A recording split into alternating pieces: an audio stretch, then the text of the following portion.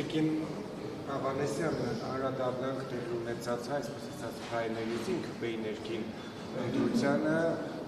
ձեզ զարմացրեց ձեր հավաքած ձայները վարկանիշով առաջատարներից եք, ընդ որում ԿՊ կանանցից ամենաառաջինն եք,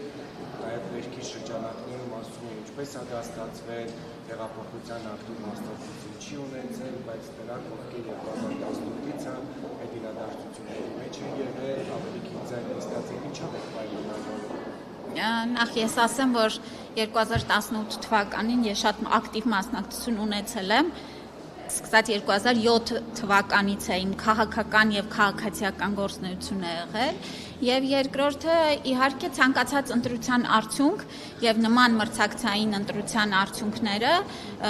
միշտ էլ ոչ թե զարմացնում են, այո, ուրախացրեցին եւ ես շնորհակալ եմ մեր բոլոր պատվիրակներին, ովքեր որ վստահության քվե են տվել ինձ եւ գնահատել են իմ վերջին տարիների, 7 տարիների քաղաքական գործունեությունը։ Հաշվի առնելով դա հնարավոր է գործադրից օրենսդիր տեղափոխվեք։ Ես կարծում եմ դրա մասին դեռ շատ շուտ է խոսելը։